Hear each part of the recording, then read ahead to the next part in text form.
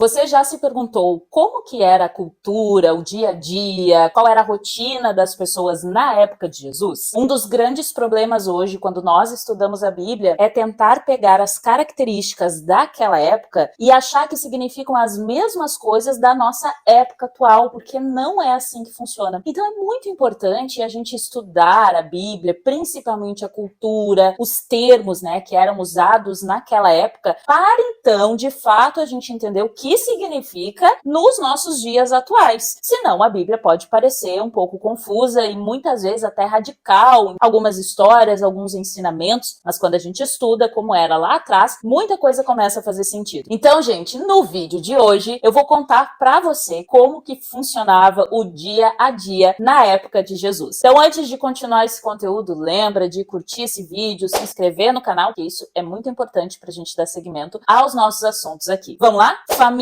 e sociedade. Como é que funcionava naquela época? De modo geral, as famílias, elas eram monogâmicas, ou seja, não tinham mais de uma esposa, eram patriarcais, onde a figura do pai, do avô, do homem, eles eram responsáveis por liderar a família, gerar o seu sustento e também eram uma referência para os filhos. E também seguiam um conceito de ser famílias indissolúveis, ou seja, divórcio eram casos de exceção. Hoje, nos nossos dias, é muito comum os relacionamentos eles serem terminados e as pessoas, cada um, seguir a sua vida. Isso não era comum naquela época. O comum era com que as pessoas se casassem e passassem a vida toda juntos. O casamento representava algo positivo porque era o início de uma nova família. Eles não tinham medo de se casar, eles não tinham medo de gerar uma grande família. Pelo contrário, isso era sinônimo de comemoração, alegria e muito desejado pelas pessoas. As casas, geralmente, elas tinham muros e uma porta de entrada, mas eram praticamente coladas uma na outra, de modo que todos viviam muito próximos uns dos outros. Poucos saíam das aldeias locais para viver em outro lugar. Então, o comum era ficar ali, se casarem entre os membros da comunidade e terem o maior número de filhos possível. E falando em filhos, como é que funcionava naquela época? As grávidas, em geral, elas não davam à luz deitadas, mas sentadas, e geralmente com a ajuda de duas parteiras. Olha que interessante que lá atrás, na época da Bíblia, elas já faziam o que hoje nós estamos começando a adaptar para facilitar o parto das mulheres. Só as mulheres participavam da hora do parto. Os homens, eles ficavam na porta, retirados, e só podiam entrar quando as mulheres autorizavam. O recém-nascido tinha imediatamente o seu umbigo, o cordão umbilical ali cortado. A seguir era lavado com água e delicadamente esfregado com sal e óleo. Depois ele era envolto em faixas, geralmente de linho. E também era como muitas mães estão fazendo hoje. E servia para proteger o corpo do bebê do frio da madrugada e até contra picada de insetos. E claro, também ajudava muito na hora de transportá-lo. Bebês eram sempre bem-vindos. Contudo, se fosse menina, tinha um valor social menor do que o menino. Não existia igualdade. Mas calma, porque tem uma explicação para isso. Naquela época, era muito importante culturalmente, socialmente e até legalmente que o nome da família continuasse sendo preservado. E aí funcionava o seguinte: quando era homem, quando era menino e ele se casava, ele continuava carregando o nome da família. Quando era menina e ela se casava, então ela retirava, né, o sobrenome da família e adotava o nome do marido. E, consequentemente, os filhos que ela tinha agora pertenciam à família do marido. Aqui no Brasil, por exemplo, isso também ainda é uma prática, mas aos poucos já está sendo alterado, onde a mulher pegava o sobrenome do homem, tirava um sobrenome da sua família e adotava o sobrenome do homem. Hoje, legalmente, a gente já pode optar ou por não pegar o sobrenome ou até utilizar os dois. Mas naquela época, então, significava que a mulher pertencia à família do outro e o filho homem continuava carregando o legado familiar. Por isso, socialmente, eles consideravam mais importantes terem filho homens, para prosseguir com o nome da família. E sobre o nome dos bebês? Hoje, a gente escolhe os nomes aqui na nossa cultura de acordo com o nosso gosto pessoal, com alguém que nos marcou, às vezes até em homenagem a alguém da família, mas na época de Jesus, isso era assunto sério. Quem escolhia o nome da criança, geralmente, na maioria das vezes, era a mãe, com algumas exceções onde o pai poderia optar e escolher o nome do filho. E é importante salientar que nos tempos de Jesus, os nomes eram escolhidos linkados ao seu significado. Cada nome tinha um significado específico e esse era um legado que iria acompanhar aquela criança, aquele indivíduo por toda a vida. Bom, a educação também era bem diferente do que nós vemos nos tempos atuais. As crianças no tempo de Jesus, mais especificamente os meninos,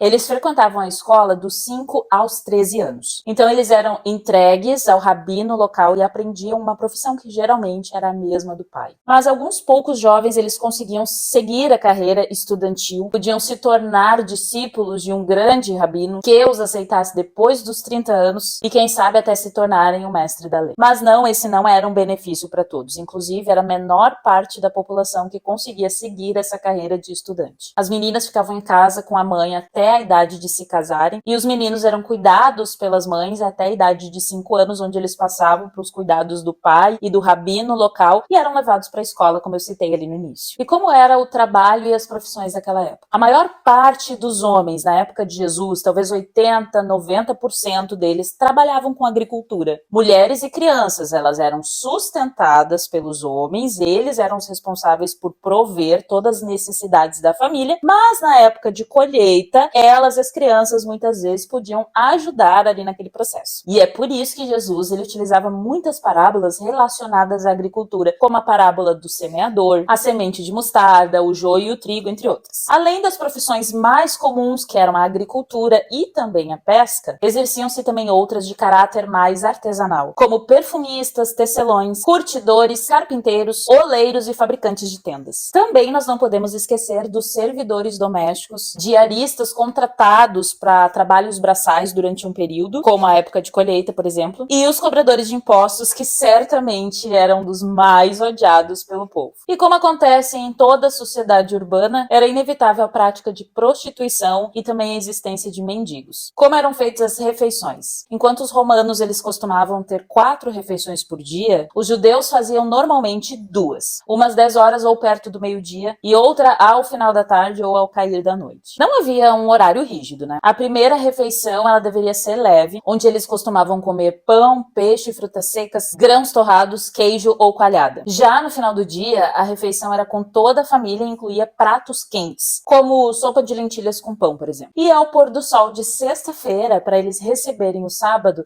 daí era uma refeição especial. Diferente ou melhor elaborada do que eles costumavam comer durante a semana. Bom, claro que existem vários outros costumes que eram utilizados naquela época, mas eu trouxe alguns específicos só para você ter uma noção de como que funcionava o dia a dia e os hábitos daquelas pessoas na época de Jesus. É muito interessante nós percebemos a diferença que tinha naquele período com os nossos hábitos que nós temos hoje, principalmente dentro da nossa cultura aqui do Brasil. Os hábitos e rotina das pessoas, eles mudam de acordo com o tempo, a geração e o local onde a pessoa está inserida. Então, na época de Jesus, não seria diferente. E essas curiosidades são muito interessantes para a gente conseguir ter uma noção, uma base de como que as pessoas naquela época viviam. E aí, o que você achou? Gostou de aprender esses hábitos que as pessoas da época de Jesus elas tinham? Se você achou interessante, deixa o teu comentário aqui embaixo do vídeo. E lembrando mais uma vez, curte esse vídeo, se inscreve no canal para receber mais conteúdos como esse. Beijo!